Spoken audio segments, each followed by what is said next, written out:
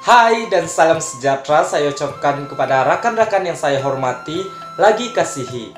Pada hari ini kita akan belajar mengenai topik pembangunan sosial, yaitu bahasa kebangsaan. Mari kita mulakan. Seperti yang kita ketahui, kedudukan bahasa Melayu sebagai bahasa kebangsaan telah termaktub dalam Perkara 152 Perlembagaan Persekutuan 1957.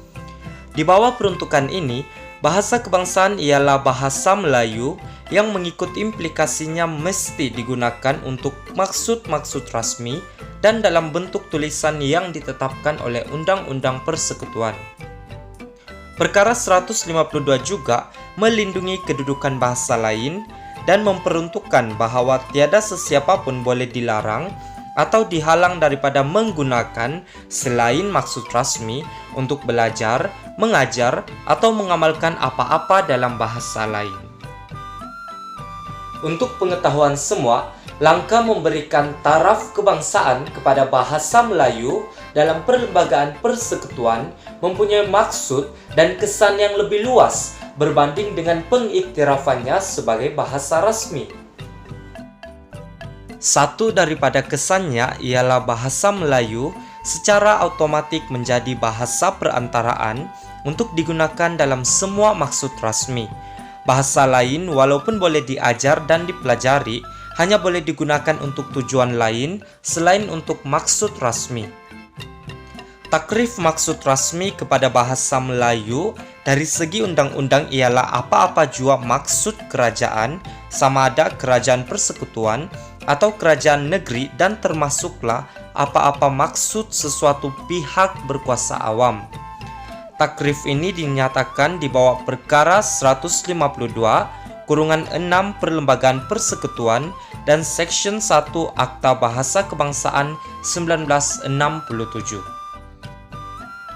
Bahasa Melayu dijadikan sebagai bahasa kebangsaan dan bahasa rasmi tunggal yang bertujuan untuk menyatukan rakyat berbilang kaum melalui penggunaan satu bahasa yang sama. Oleh sebab bahasa Melayu dapat difahami oleh semua kaum, maka bahasa ini juga menjadi pengenalan kepada bangsa dan negara Malaysia.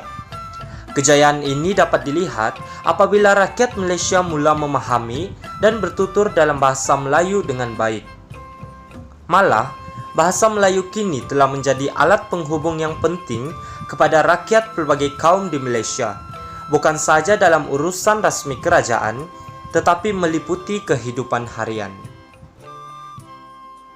Pada tahun 1967, Akta Bahasa Kebangsaan telah digubal untuk menjadikan bahasa Melayu sebagai bahasa rasmi tunggal, dan pada tahun 1969, bahasa Melayu telah ditukar menjadi bahasa Malaysia. Pada tahun 1970, bahasa pengantar di sekolah-sekolah rendah aliran Inggris telah ditukar secara berperingkat kepada bahasa kebangsaan. Pada tahun itu juga, Universiti Kebangsaan Malaysia telah ditubuhkan untuk membuktikan kemampuan bahasa Melayu sebagai bahasa ilmu. Mulai tahun 1982, bahasa kebangsaan telah digunakan sebagai bahasa pengantar di semua sekolah untuk menggantikan bahasa Inggris. Malah, pada tahun 1990, bahasa Melayu juga telah mula digunakan di mahkamah. Terima kasih semua, sampai di sini saja topik pembelajaran kita pada hari ini. Semoga perkongsian ini dapat memberikan manfaat kepada kita semua. Stay safe and stay healthy. Selamat belajar dan selamat mengulang kaji pelajaran. Bye!